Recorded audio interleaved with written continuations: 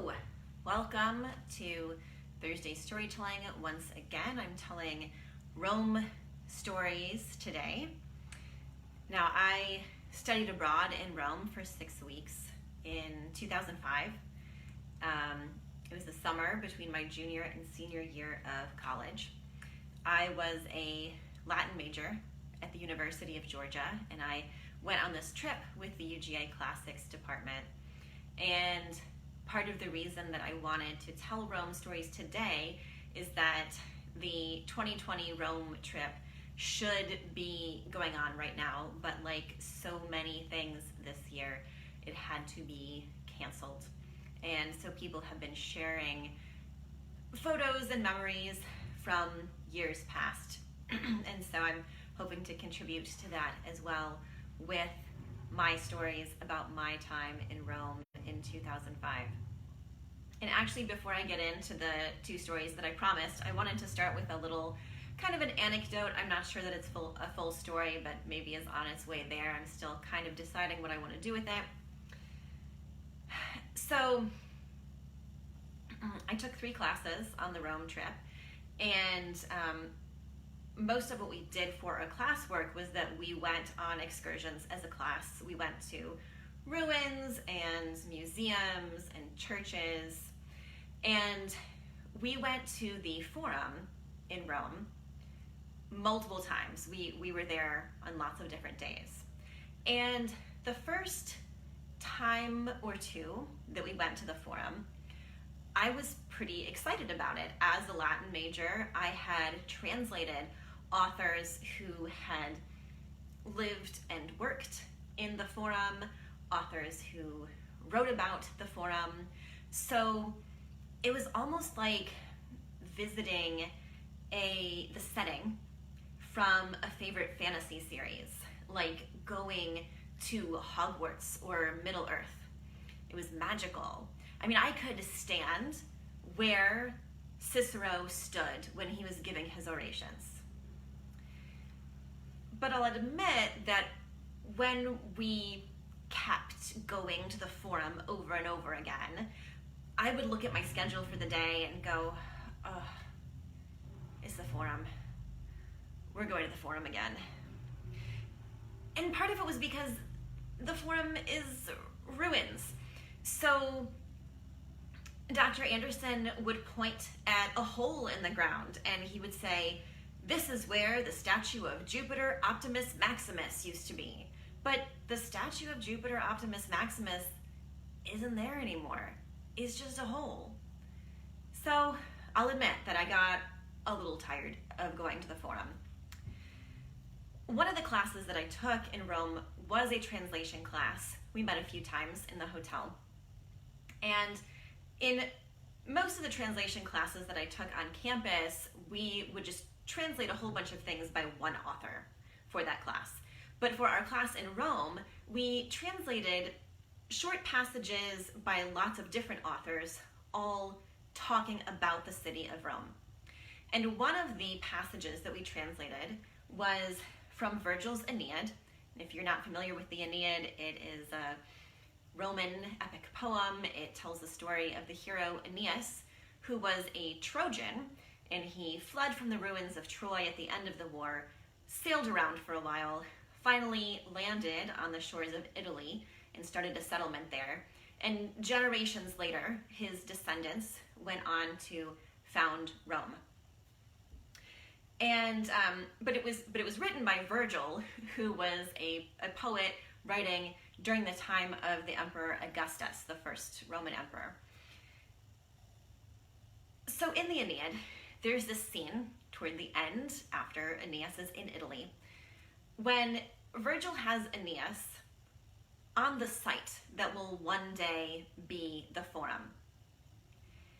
And there's nothing there. There are some cows wandering around grazing. But other than that, just nothing. But Aeneas says he can feel that a god is in that place.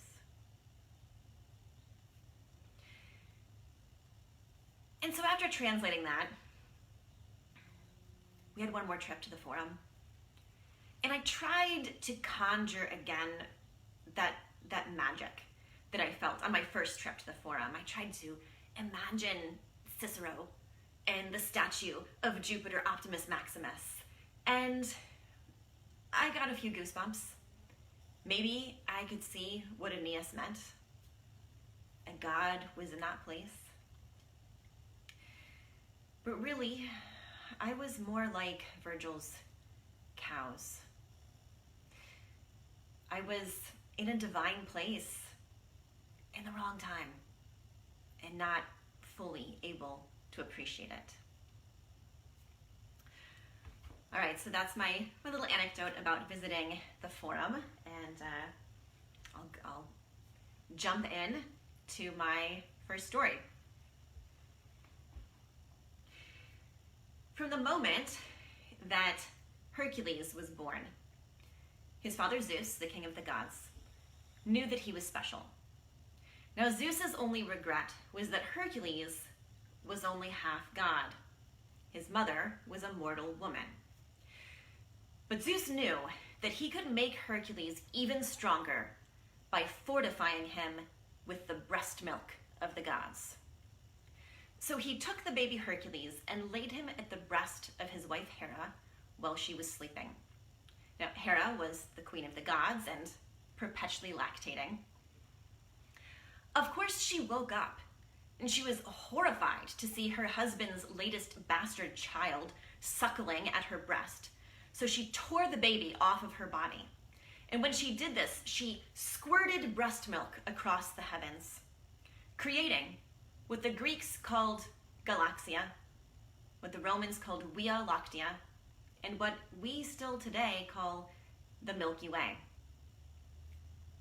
Now, during the time that I was studying abroad in Rome, my good friend Brett was going to celebrate his 21st birthday. And it's a little anticlimactic to turn 21 in a country where you're already old enough to drink, but still, it's a momentous occasion. And I wanted to make sure to get Brett the perfect 21st birthday gift. Now, did I buy a gift before we went to Rome and bring it with me? No, I did not. I was sure I would find the perfect gift in Rome.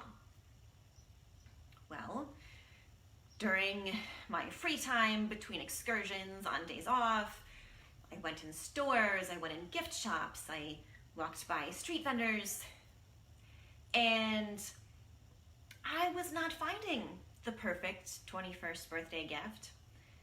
As it got closer and closer to Brett's birthday, I was starting to think that I wasn't going to be able to find this gift. And then my roommate Kelly told me that the Roman flea market was happening that weekend, the weekend right before Brett's birthday. And it was the only time the flea market was going to be in Rome during the time that we were there. And did I want to go with her? And I said, yes, I definitely wanted to go to the flea market. I figured this was my last chance to find a birthday gift. So we took the city bus over to the field where the flea market was set up. We got off the bus and we stood there looking at this field. And Kelly, who was also a classics nerd, she said that the scene brought to mind the Greek term agora, which means marketplace. There was row upon row of tables piled high with every kind of thing you could imagine: belts, purses, shoes, handmade items. There were small Italian children running up and down the aisles selling cigarettes. Kelly continued that it also brought to mind the term agoraphobia, fear of crowded places, because as many items as there were for sale, there were people there trying to buy them. We jumped into the crowd and started walking up and down the aisles. Kelly found a couple of things that interested her. I almost bought a soprano clarinet. I have a real weakness for musical instruments. The only reason I didn't end up purchasing it was that it was expensive enough that I would have had to give up a couple of meals in order to afford it. We were getting to the end of the flea market, and I still had not found the perfect gift. Again, I was starting to lose hope. This just wasn't going to happen. We turned down the last aisle, and at the end of the aisle, on the very last table, I saw it. That last table was piled high with stress reliever balls, the kind that are filled with a gelatinous liquid and bulge out satisfyingly when you squeeze them. You might be wondering, what would make me think a stress reliever ball is the perfect 21st birthday gift? And that is because I have yet to reveal the most important detail. Each and every one of these stress reliever balls was made to resemble a human breast. Each one was flesh-colored and had a nipple protruding from it, and for a mere €2, one of these could be mine. Well, I happily exchanged my money for a stress reliever breast, tucked it away in my purse, took it back to the hotel, and a couple of days later, I triumphantly presented it to Brett for his birthday. And I was right. It was the perfect 21st birthday gift. Brett loved the breast. He squeezed it, he tossed it through the air, he wrote poems about it in Italian. Unfortunately, after several days of heavy use, the breast started to show signs of wear. It looks like the nipple was going to just break right off.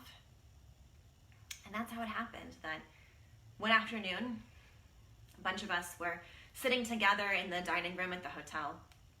Brett and his roommate were tossing the breast back and forth across the dining room. And Brett, he pulled back and he threw that breast, and right there in midair, it sprung a leak, spewing its lactations across the heavens, creating in our hotel a miniature Milky Way. And it's because things like this happen, because I lived a mythic story while visiting a mythic city, that I know the gods must be smiling on us, or at least spilling breast milk on us. That's my Milky Way story. I have one more for you.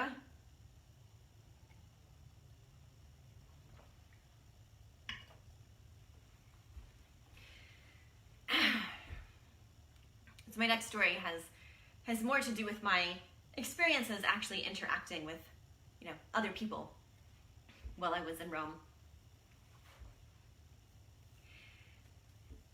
They say, when in Rome, do as the Romans do. So it would have been a good idea for me to learn some Italian before I went to Rome. But I didn't. On our first full day there, the professors gave us the day off so we could get acclimated, get over some of our jet lag. And my roommate Candace and I decided to go exploring. Our friends and classmates were worried about us. Neither of you have a good sense of direction. Yeah, that's true. And neither of you speak Italian. Also true. What are you going to do if you get lost? Candace had an answer for this one. We'll go up to a police officer and say, Ercole? Ercole was the name of the hotel where we were staying. And our friends thought that that was the stupidest thing we've ever heard. But that didn't stop us. Candace and I walked down to the train station, and near the train station there was a shopping district, so we just walked up and down the streets, window shopping. And when we were done, we realized we didn't exactly know how to get back. Not to worry. I had picked up a map from the hotel. So I took out the map and I looked at it. And it turned out that the map was of the area just right around the hotel. The train station was on the edge of the map. And we had walked somewhere off the edge of the map. If we could find our way back to the train station, we'd be fine. But we weren't quite sure how to get there. And that is when Candace spotted the police officer. And before I could stop her, she walked over to him. Ercole? He gave her a blank look, because the Ercole Hotel takes up one floor of a 6-story building. Our class of 24 students was occupying the entire hotel, and we were staying 2 and 3 people to a room. It was a small hotel in a big city. This policeman had never heard of it. I showed him the map and pointed to the Ercole Hotel. He gestured at some of the roads around us and then pointed at roads on the map.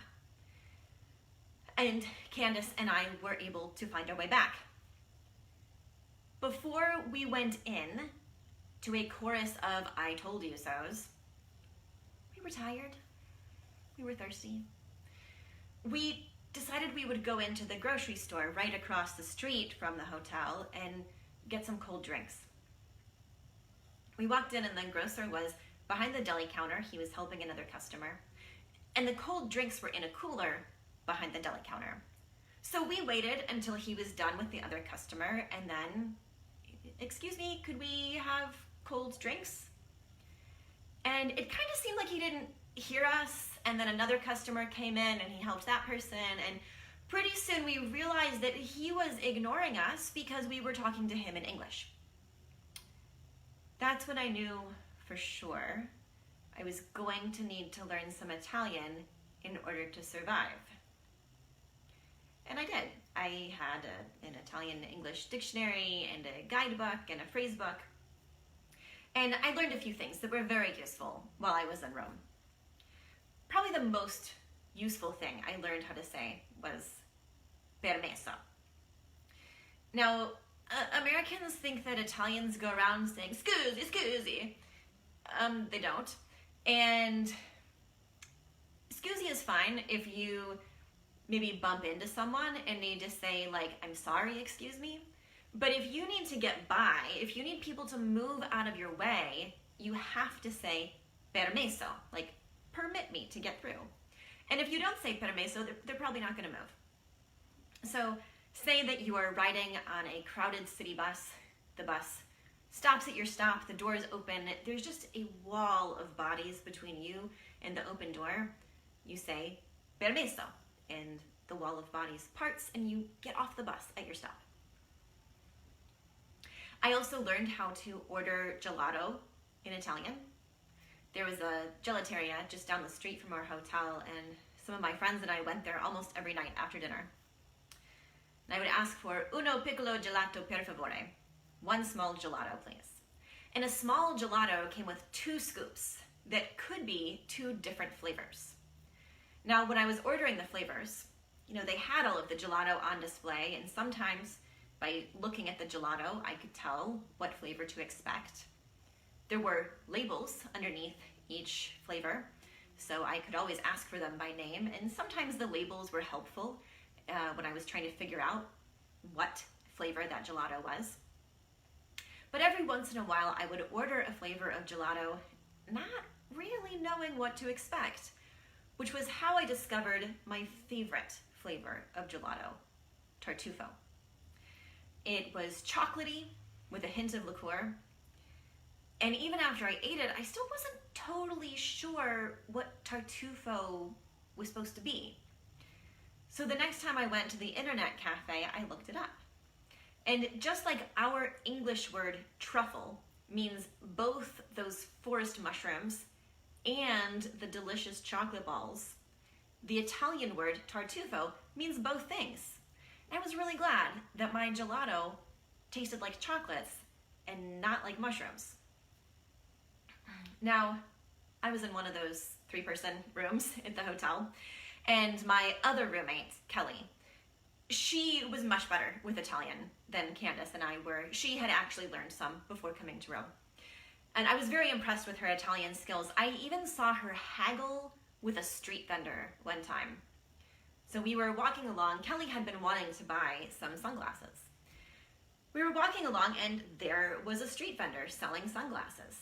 So she went over and asked him, "Quanto costa?" How much does it cost? And he answered her in Italian, 20 euros. Kelly just started walking away. Caro, caro, Too expensive. He called after her, 15. Caro, caro. And he called after her again, 10. And Kelly went back and she bought the sunglasses for 10 euros. Now, our professors did speak Italian, which came in handy when we were on excursions, like when an Italian tour guide tried to cut her entire tour group in front of us through the turnstiles into the Colosseum. Well, Dr. Erasmo got into a loud, gesture-filled argument with her in Italian while indicating that we should go ahead through the turnstiles. But the professors refused to translate for us if it was not related to class. Oh, you don't speak Italian? That is not my problem. And this makes sense. They didn't want to spend all of their free time acting as our translators. Well, there was one day we were heading back to the hotel after an excursion, and we needed to cross the street. And you need to understand a couple of things about our class and crossing the street. One is that with 24 students, we were a pretty big group. And we always started crossing when we had the light, but usually our group had not finished crossing by the time the light changed, and then we were blocking traffic. Because of this, our professors instructed us to cross in Tortuga formation. Now, Tortuga formation was a Roman military formation in which the soldiers would all bunch together and hold their shields over top of and in front of themselves to form a turtle or tortuga shell. For us, it meant that we were supposed to cross all bunched together, so we took as little time to cross as possible, and also so that there were no gaps that a vehicle might try to sneak through after the light had changed. The other thing about our class is that we were almost entirely female. There were only 4 guys on the trip that year. So there we were, crossing this street on the way back from our excursion. And we started crossing when we had the light, but then the light changed and a bunch of us were still in the road. And at first, it really didn't matter because it wasn't a busy street and there were no cars there. But then, one lone motorist on a scooter pulled up to the intersection and he had the green light. He should have been able to go, but we were in the way. And as he sat there just a few feet away from us, he yelled something at us in Italian. Now, he looked irritated, but he was also kind of smiling to himself like what he said was funny. And both of our professors chuckled. As soon as we finished crossing, the motorist sped off, and then we started bugging the professors. Hey, what'd that guy say back there? Oh no, you don't speak Italian? That is not my problem.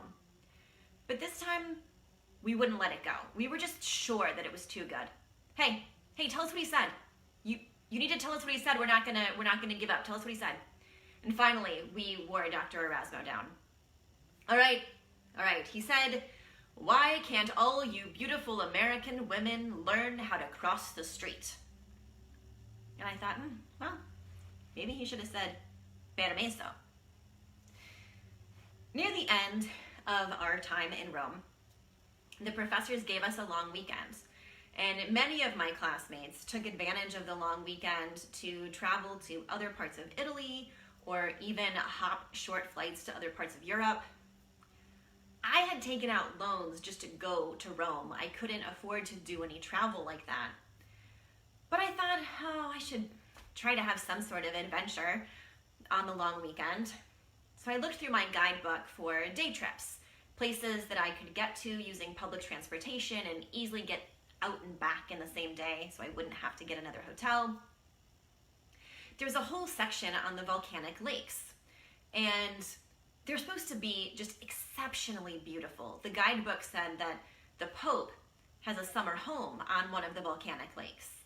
Now, I was in Rome one pope ago, and the guidebook was written at least 2 popes ago, so I can't confirm whether that's still the case. But I read through this section, and I decided I wanted to visit Lake Nemi. And my roommate Kelly and our friend Courtney they hadn't made any plans for the long weekend either, so I convinced them to come with me to Lake Nemi. Following the advice of the guidebook, we went to the train station. We got on a train and took it to the end of the line. And from there, we got on a bus that started taking us out into the country.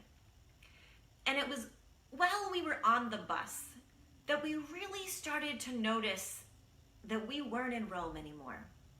Because in Rome, when you were on the train or on the bus, there were maps up inside that would help you know where you were and where you were going, and every stop had a sign telling you where you were. But on this bus that was going out into the country, there was no map inside the bus. There were no signs at the stops. All we had was the bus driver calling out the name of each stop. And we were having trouble understanding him. After we rode the bus for a while, we were getting kind of nervous about, would we know when he called out that we were at the stop for Lake Nemi? And what if we had already missed it? Well, there was this young woman sitting near us. I remember she had this blonde hair and she was wearing a crop top and she had a dolphin tattoo on her back. And she was Italian. She was a student at one of the local universities. She spoke a little bit of English. And she wanted to help us. So we told her where we were going and we rode for a couple more stops and then she said, "Get off here." So we did.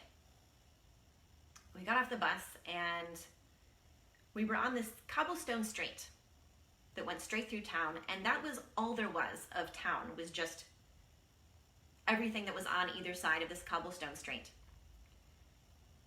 We walked down the street until it ended in a forest. We walked on some forest trail, and then we came to the lake. And it was breathtakingly beautiful, this silvery blue reflective water. It was completely surrounded by trees. And standing there, looking out at the lake, we could imagine that we were the only people for miles around, that we were just out in the wilderness. So we stood there for a while, taking in the view. And then we walked on some of the wooded trails. And that seemed to be all there really was to do. So we went back to that cobblestone street.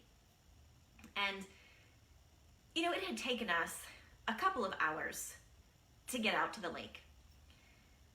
And it was still going to be a little while before a bus came that could take us back to the train station. And we were tired and hungry and thirsty, and we thought it probably would be best to eat lunch in town. Well, there was one deli on the side of that cobblestone street. We went in. The owner was in the back, but he heard us come in and he kind of shouted and waved. At the front of the deli, there was one of those cooler display cases with all the available food. So we started looking over what we wanted to order. And we didn't recognize any of the food that was in that cooler. Any of it. It looked good, but we didn't know what any of those things were called. And they didn't have labels on them. So we wouldn't be able to ask for this food by name.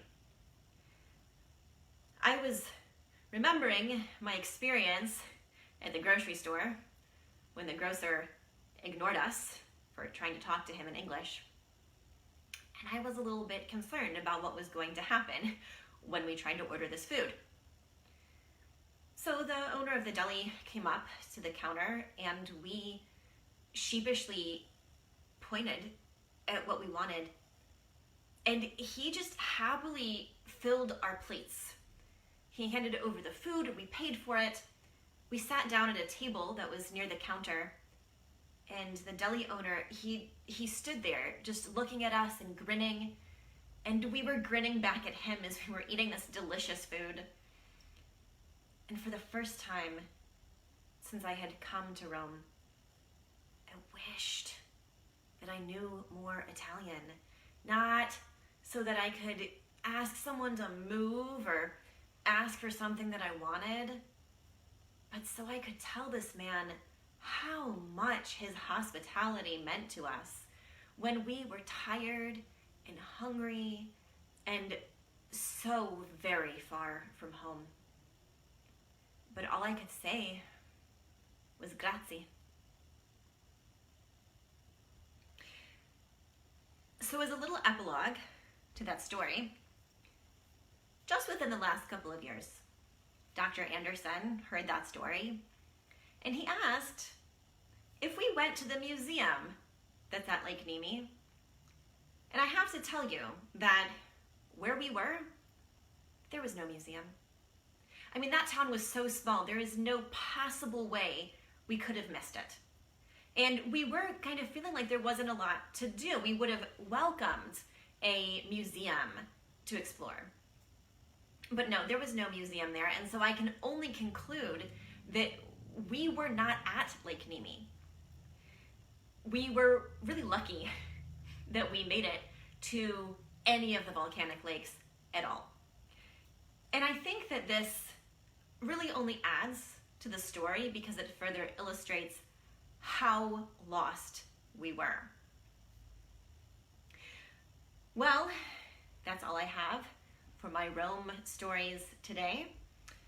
I hope that this summer, even if you're spending more time inside or at home than you were hoping to, that your summer is filled with sweet memories of summers past and plans for summer's future, and still finding some enjoyment where we are and what we are doing this summer. Thanks for listening.